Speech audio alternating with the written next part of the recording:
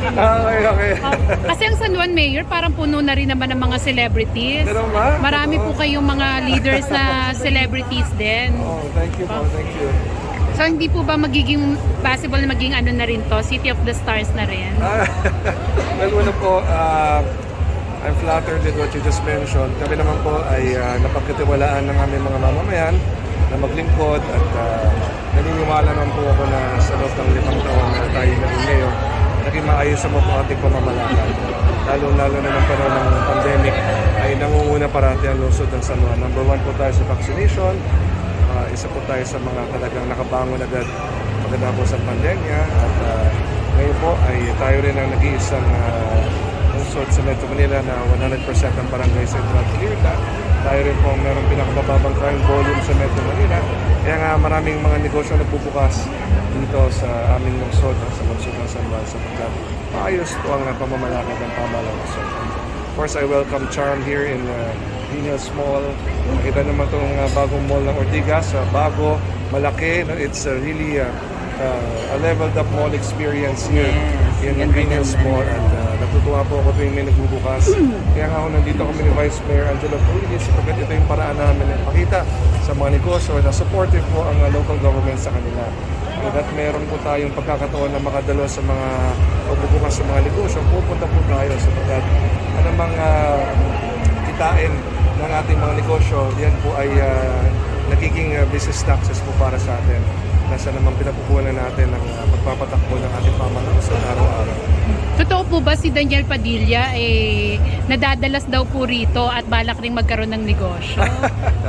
Actually, kami po ni Daniel Padilla, meron na kaming business from 2017 pa, yung District 8. So up to now, kami po ay partner sa Mampuran. Kasama natin si Vice Ganda, si James Yap, si Mark Pinky, si Paul Artadi, si Chef Kel Zaguirre. Kami po ay magkakasama po sa Ito po yung District 8. nandito, no? Yeah, so for many years we've been together. In fact, last month tayo rin po ang nagkasal kay JC, yung anak ni Carla. So matagal na kami magkakaibigan. Kaya At si Daniel naman po ay kaibigan natin matalik. So kung sakali mag-decision siya magbukas ng negosyo rito, aside from District 8, of course, welcome na welcome po. Pero aware kayo, Mayor, na bukod sa connection nyo kay Daniel, may isa pang intrigang pumuputok ngayon. Alam niyo, sige, siguro, banggitin ko na rin po yan. Yes, ang aking anak nga po ay nalilink kay Daniel Padilla. So bilang isang ama, gusto ko pong sabihin sa inyo lahat na hindi po totoo yan. My daughter has been single all her life, sa totoo lang. Kahit hindi kayo maniwala, alam ko ho yan. Pero are they good friends? She's 23 years old.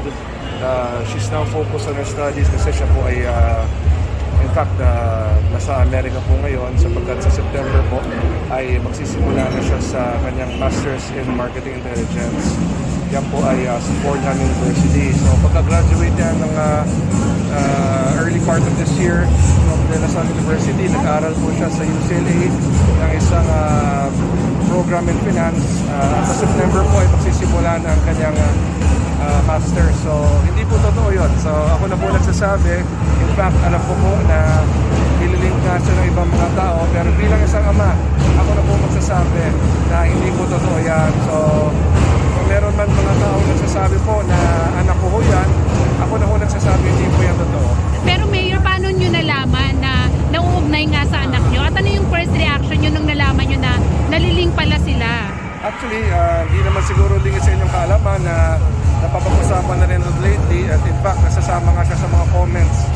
So may mga comments about it. So, umabot din naman sa akin yan at ako na rin po nagsasabi talaga. No? Si Daniel is a good friend. Kaibigan ko po siya, ang kanyang pamilya, kaibigan ko. Tumayo rin akong ninong ni JC nung sa tuya kinasal. At si Carla po ay matalik kong kaibigan. So, si Amanda, my daughter, and Daniel are not linked in any way. No, hindi po sila, hindi pa sila, kumbaga wala pong katotohanan. Pero friends sila, Mayor? Friends po ba sila? In fact, ang mag-friends talaga, ako at saka si Daniel. Amanda has always been just a fan nung bata pa siya. No? In fact, I remember, sinasamahan ko si Amanda pag merong mga events si Daniel no, nung bata event long time ago sa Resorts World pa nga yun. Probably she was maybe 14, 15 years old back then. No? So hindi sila nag-usap, hindi sila kumaga magkakilala lang siguro sila in a way na dahil kaibigan ko ang si Daniel at anak ko si Amanda. Hindi pa sila nagkasama. No, Silang dalawa na.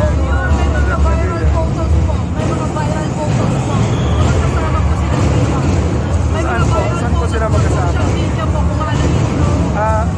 Well, definitely hindi ko po anak yun. Kung sakaling may mga viral photos na kumakalat. Or posible pong edited yung photos? Oh yes, well, si Amanda's been single all her life. So totoo po yan. No? In fact, I'm surprised na sa father at her age now, single pa rin siya. Kasi very independent minded and marami siyang gustong gawin sa buhay. So kung naalala ninyo, yung one and only major exposure naman niya sa showbiz really then was to Pinoy Big Brother. Tapos after that, nagkaroon siya ng movie, yung Connected, under Star Magic. So after that, ay medyo nag-lilo na rin siya doon. No? So it's because she's focusing on her studies. Gusto niya kasi na magkaroon ng isang career sa marketing, kaya nga po siya nag-aaral sa ibang bansa at ngayon ay mag-aaral din sa Fordham. And I'm proud of my daughter and again, as she decides to remain single, I respect that kasi mas gusto ko rin na makatapos siya ng masters niya kasi kung ano man ang gusto niyang tahakin pagkatapos sa kanyang pag-aaral, iba na rin na nakapagtapos siya talaga ng higher education such as masters in marketing intelligence in a very prestigious university which is Fordham University na kilalang kilala po sa buong mundo. Wala kong planong sumunod sa yapak nyo? Si Amanda, mas ano ho siya kasi, mas gusto niya talaga ng pumasok sa field of marketing. She really wants to work in the field of marketing and I respect her decision as a father. Ako naman po, no? Yung pagpasok niya noon sa showbiz ay bagay na ginusto niya. No? Hindi namin siya pinilit or anything. No?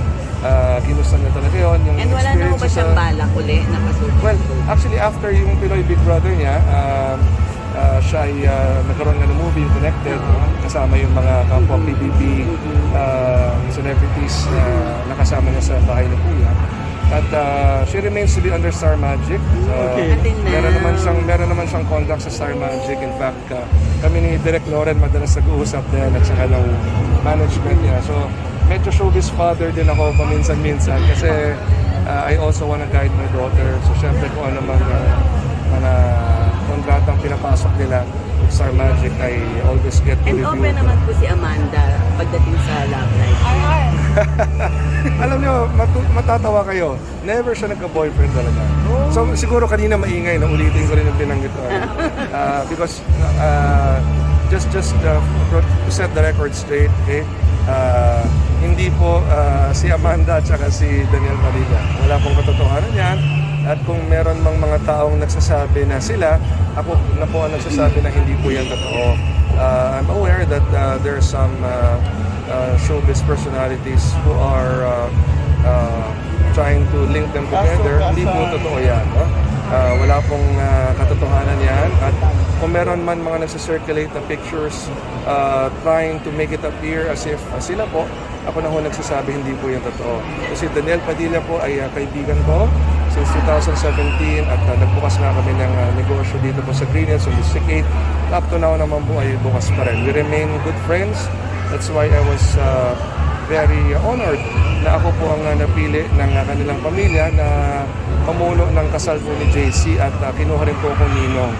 So, si Carla po ay matalik na kaibigan, si Carla Estrada, of course si Daniel, kaibigan po natin. Ang kaibigan ni Amanda si Maggie, sa totoo lang. Yes. Mayor, anong reaksyon ni Amanda nung malaman niya na nalilink siya kay Daniel? Well, of course, kumaga, we all know naman na hindi talaga totoo yan. So, kumaga nag-smile na lang kami kasi bahagi naman yan ng, ako sa politika, bahagi ng buhay namin ang intriga. Ganun din syempre sa showbiz. Bahagi talaga ng buhay yan.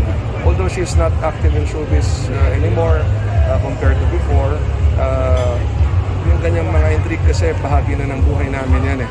So, ginaguide ko lang siya. Siyempre, sabi ko, hindi natin makokontrol kung ano yung mga iniisip mismo ng ibang tao. Ngunit, alam naman kasi namin na hindi naman yung totoo. Ako as a father, of course, I know my daughter and I know it's not true. In fact, I was surprised you asked it kasi